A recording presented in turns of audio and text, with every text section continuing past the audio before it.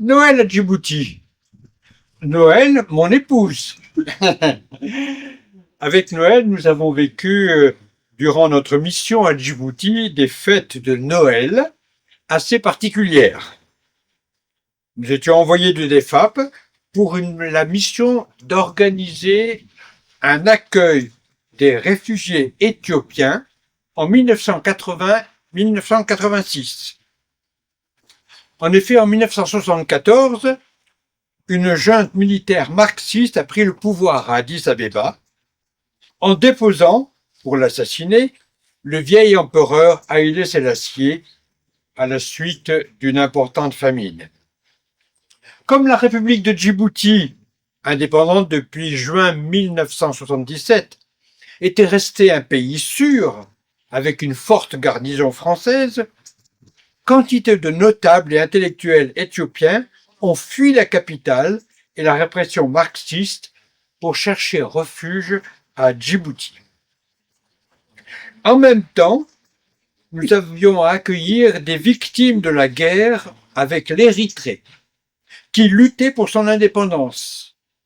Et il y avait aussi une guerre avec la Somalie pour la possession de la région Ogaden, également limitrophe à Djibouti et soumise à la même sécheresse. Fuyant la guerre, un certain nombre d'enfants orphelins sont venus errer à Djibouti et nous en avons même adopté un. Bref, un important flux de réfugiés a envahi le petit pays de Djibouti, dont la capitale ne comptait en fait que quelques centaines de milliers d'habitants. Le Conseil œcuménique des Églises a alors sollicité la Fédération protestante de France, qui avait gardé un important foyer d'animation de l'aumônerie militaire en ville. C'est ainsi que nous avons été appelés pour mettre en place, à partir de ce foyer, un service d'accueil et de soutien des réfugiés éthiopiens, après une mission d'exploration du pasteur Jean-Claude Basset avec son épouse Lita. Avec le soutien du Haut Commissariat pour les réfugiés de l'ONU, nous avons alors organisé distribution de nourriture et diverses activités. Cours d'alphabétisation, en écriture latine, évidemment, et divers ateliers, car les réfugiés citadins avaient des compétences variées. Les cultes, rassemblant une centaine de personnes, étaient un peu acrobatiques. Beaucoup d'Éthiopiens étaient chrétiens, coptes ou évangéliques, mais il y avait aussi quelques résidents à Djibouti, essentiellement des familles malgaches et établies depuis longtemps.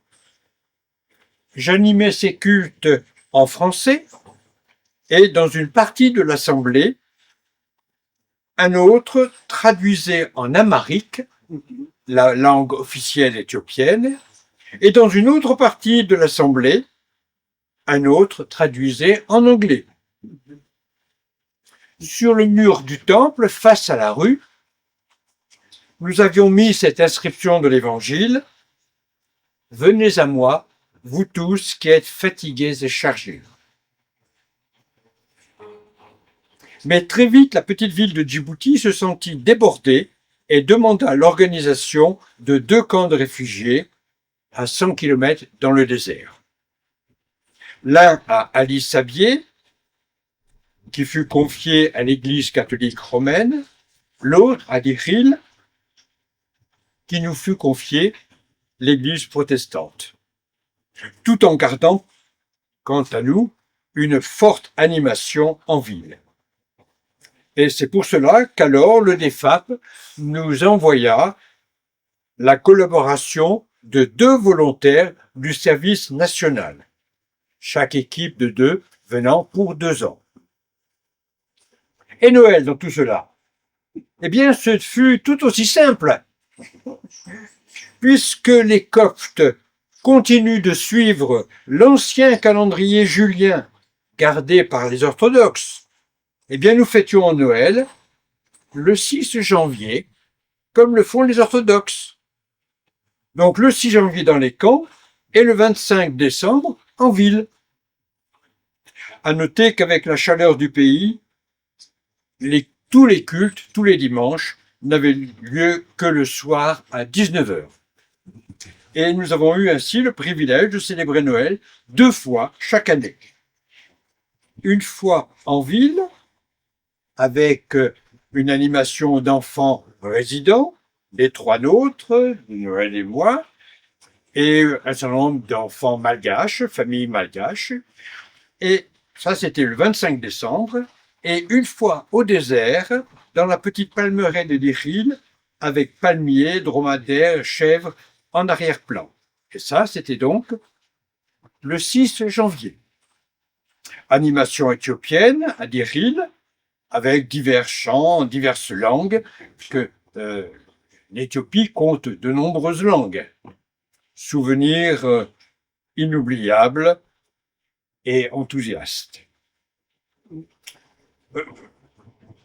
Petite particularité encore, personnellement, après l'indépendance, l'aumônerie militaire française avait suspendu quelque temps son service et donc pendant les premières années, il m'a été demandé d'assurer aussi l'aumônerie militaire.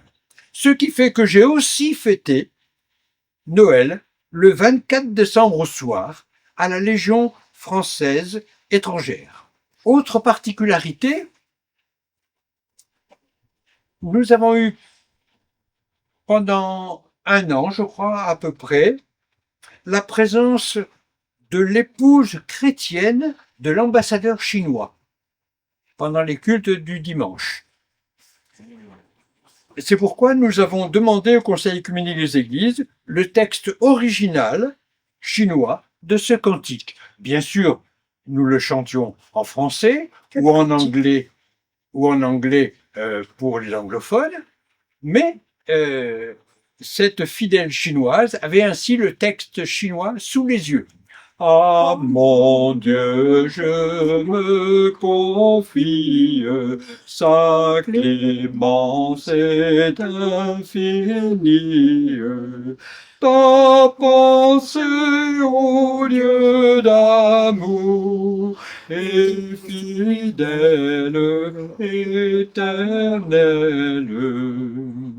La lumière radieuse est ton œuvre merveilleuse. Ta pensée, ô Dieu d'amour, est fidèle, éternelle.